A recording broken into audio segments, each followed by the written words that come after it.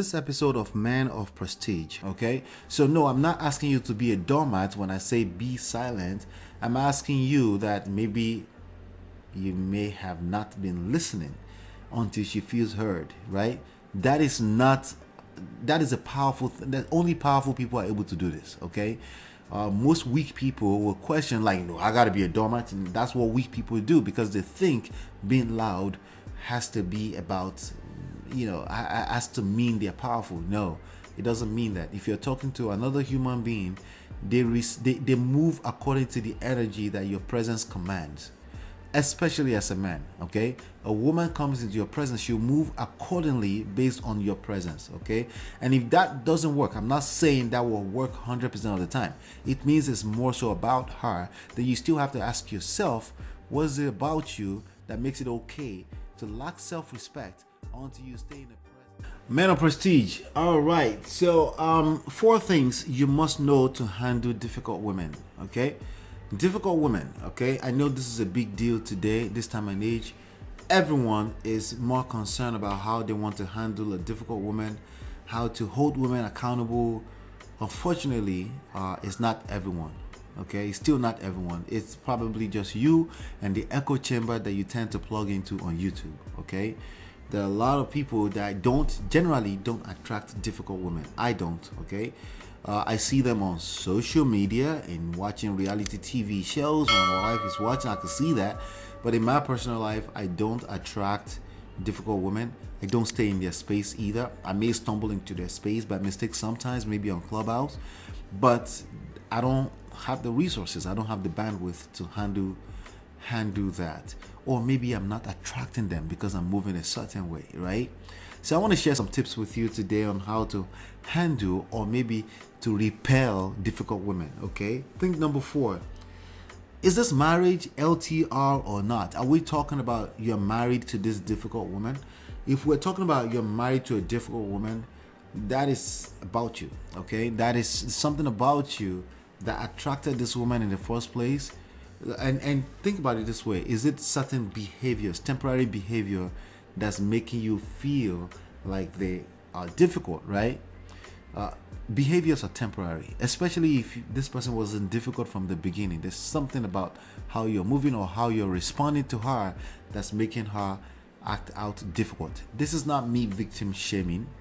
It's more so as a man asking you to not choose to be a victim and to lean in and see if there's some things you could change to make it happen. At the very minimum, you can remove yourself. If they're being difficult and you're staying there and you're receiving it, there's also a good chance that you lack self-respect, and that may be something you want to pay attention to. Now, if this is not a long-term relationship, absolutely the best thing you can do is remove yourself, even if it's temporarily, so they can respect you. Because again, it's hard for people to respect you if you're just going to sit down there and receive beatings on the head, emotionally and otherwise. Thing number 3, silence is 100x more powerful. You may think that, barking back at a woman is what's going to make her less difficult. Wrong. That's you getting your feminine energy and trying to compete with her. That's always going to fail. That's going to diminish sexual polarity, and that's just going to get worse. And you cannot beat her at being feminine than her, okay? There's a reason why she's the woman in this society that we live in today, right? So silence can be 100x more powerful than otherwise, okay?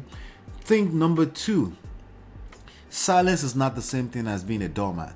Again, I think I've said this in one way or the other in this same video, that it's not about sitting there and receiving emotional beatings, okay?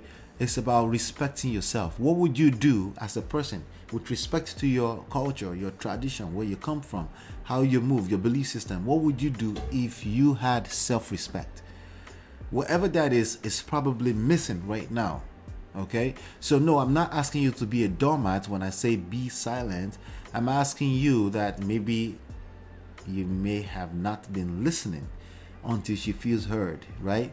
That is a powerful thing. That only powerful people are able to do this, okay? Most weak people will question like, no, I gotta be a doormat, and that's what weak people do because they think being loud has to be about, has to mean they're powerful. No, it doesn't mean that. If you're talking to another human being, they move according to the energy that your presence commands, especially as a man. Okay, a woman comes into your presence, she'll move accordingly based on your presence. Okay, and if that doesn't work, I'm not saying that will work 100% of the time. It means it's more so about her. Then you still have to ask yourself, what is it about you that makes it okay to lack self-respect until you stay in the presence of people that are just difficult, people, something you deem difficult? What is it about you that made it okay to stay in their presence, or to give them your presence? The best thing you can do is give that person you give them the gift of missing you, like one of my mentors will say. All right, so thing number one that I want you to consider when it comes to handling difficult women is, I want you to look closer at self-respect. Have I said that enough? Look closer at self-respect. See, a lot of men in this time and age, what they want to do is demand respect. Okay, and if you have to demand respect, it's not gonna work. Okay, that if you lost respect to the point where you have to demand respect, it means you lack self-respect. It means you've basically given people that don't value you the gift of your presence. That's what it means. Okay, and while I understand this could be difficult, it's not always an easy decision. Maybe this person also brings some kind of value to your life that's kind of hard for you to disconnect from or disengage from. I get that. Okay, but at some point you have to measure which one is more valuable to you, your presence or the value that they bring to the table. This is the part where you have to be decisive, you have to be assertive. Again, all of this traces back to self-respect. Self-respect, you cannot ask for respect when you haven't really given yourself self-respect. The way you give yourself self-respect is you choose who you spend your time with. How do you know if a man is on his purpose? You look at what he spends a lot of his time on, right?